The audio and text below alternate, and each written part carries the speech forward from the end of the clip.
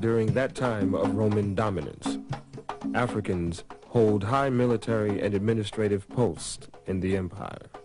The Romans and the Greeks had no color prejudice comparable to the kind of prejudice we would know later on. Otherwise, why would 3 Africans become emperors of Rome? Why would there be 3 African popes?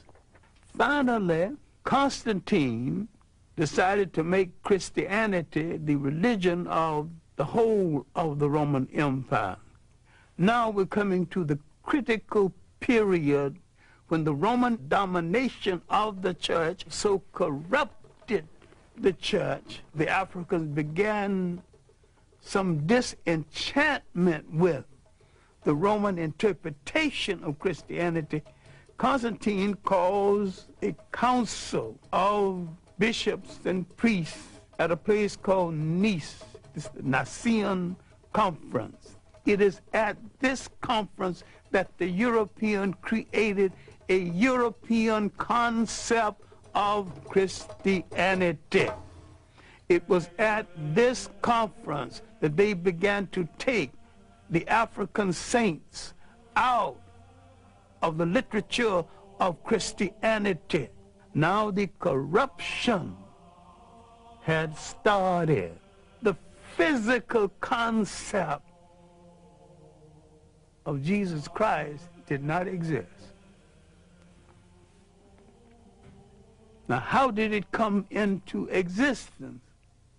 Because the Pope commissioned it to come into existence. Michelangelo painted the picture using one of his relatives as model, and that picture, one of the finest pieces of propaganda ever projected in history, has changed the minds of millions of people as who's supposed to represent God, whoever he or she is, and I have no problem with the she. Spirituality is a way of accepting the fact that there is a spiritual force in the universe larger than all of mankind. But someone had to come along and invent a word called God. And someone had to say of another God and say, mine is better than yours. And someone had to create faith. Someone said, I have the true faith. Religion is the organization of spirituality into something that became the handmaiden of conquerors. Nearly all religions were brought to people and imposed on people by conquerors and used as the framework to control their minds. My main point here is that if you are the child of God and God is a part of you, then in your imagination, God's supposed to look like you. And when you accept a picture of the deity assigned to you by another people, you become the spiritual prisoners of that other people.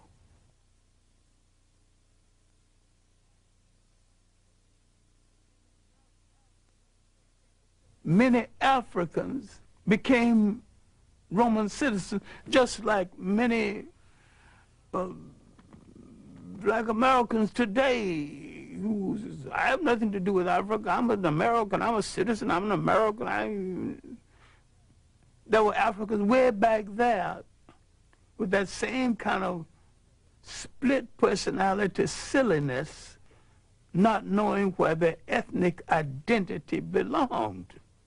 Rome's hold over its far-flung provinces weakens. In North Africa, it faces a new and fierce challenge: Islam.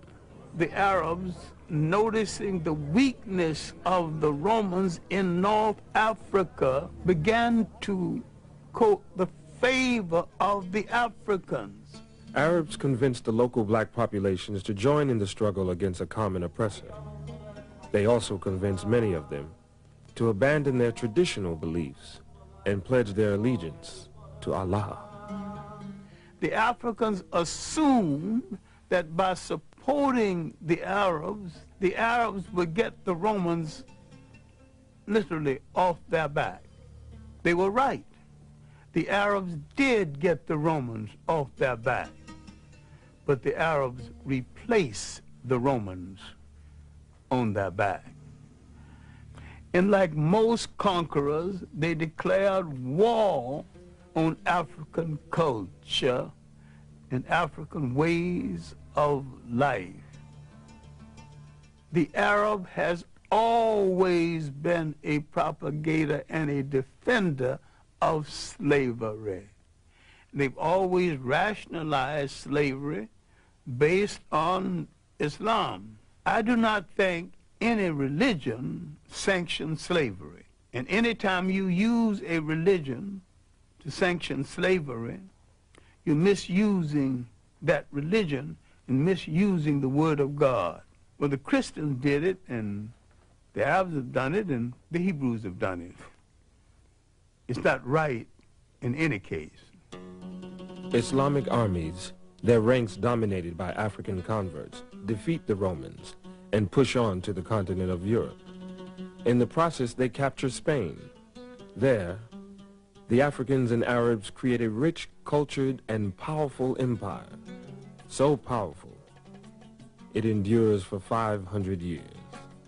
The achievement of the Arabs at this time is they have driven the Europeans out of the Mediterranean.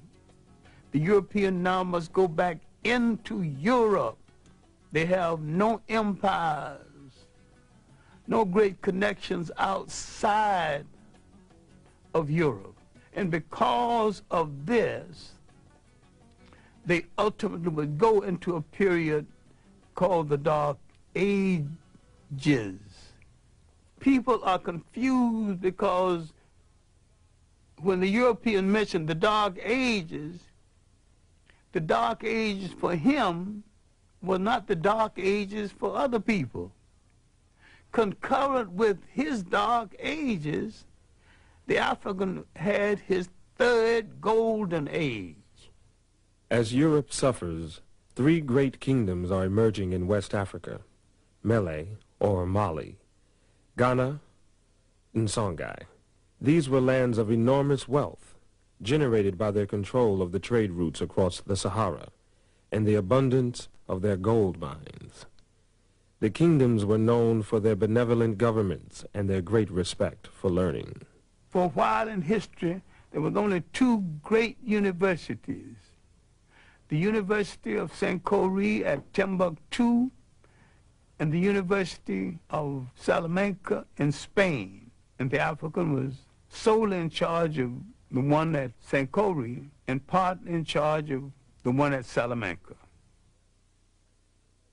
The Arabs had to some degree institutionalized the practice of African slavery.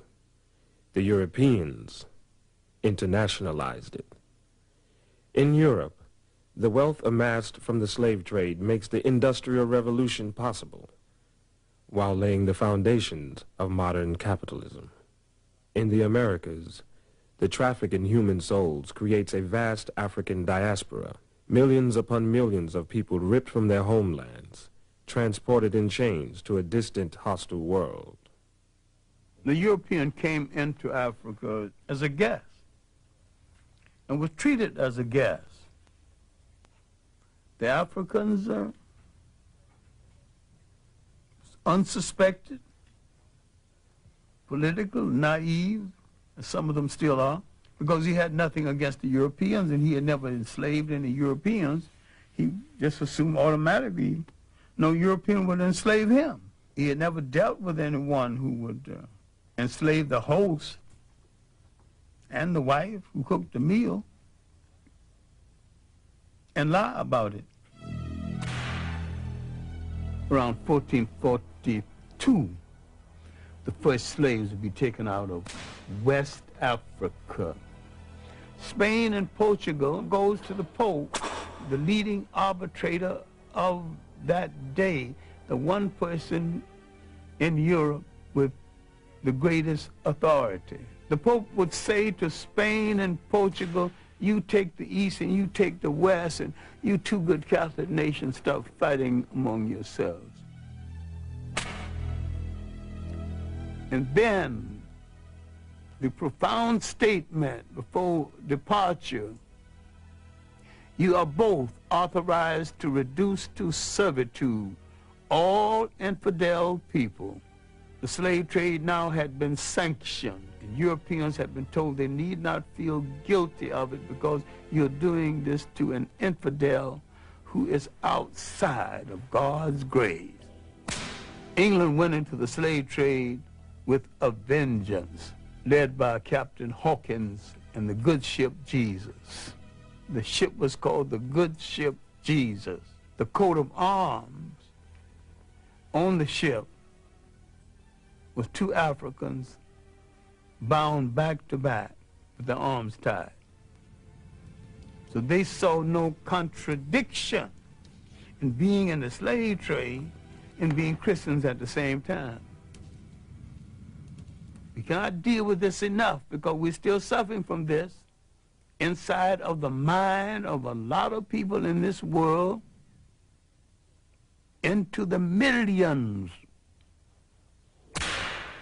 We are outside of humanity, outside of the grace of God. That's a terrible feeling as you walk the earth, because what has been taken away is your essential humanity, your human beingness.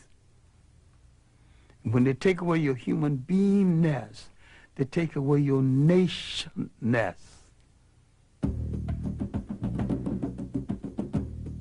Early in the 19th century, the concept of slavery began to yield to the concept of colonialism, a more sophisticated form of slavery. Slavery as a system became unwieldy, and besides, there's a point where it was saturated. Everybody who wanted a slave had one, who could afford one.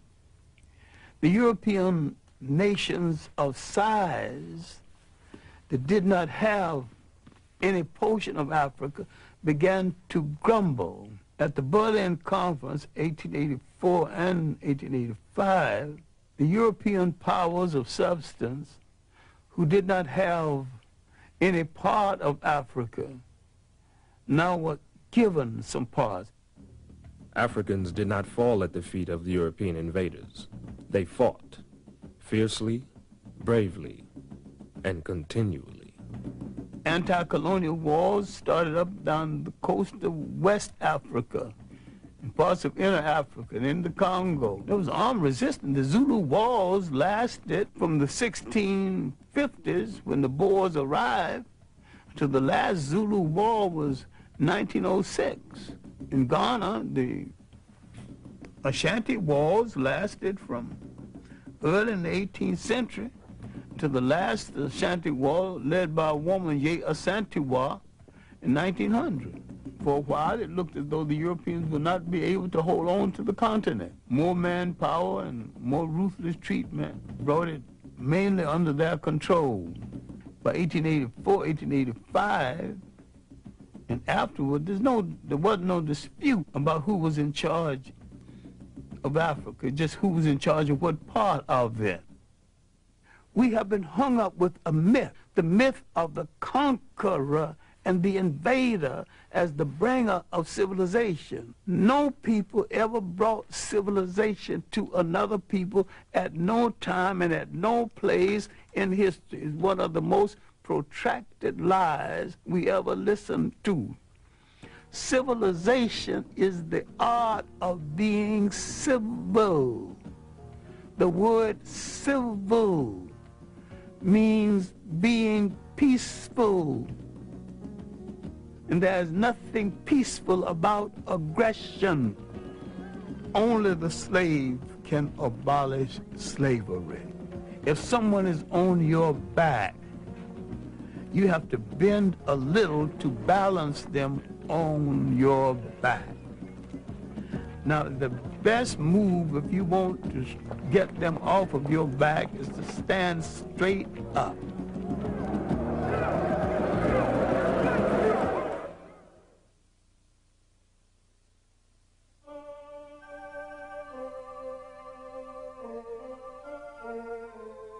There's something about an island, a body of water. It creates a special kind of dreamer, because they did not know where they came from in Africa. They dreamed of the whole of it, bring it all together in one piece. The seeds of Pan-Africanism, planted in the United States during slavery years, later flourish in the fertile soil of the British West Indies. Trinidad produced the three greatest Pan-Africanists: H. Sylvester Williams, C.L.R. James, and George Padmore. In Trinidad, they found the Pan-African League.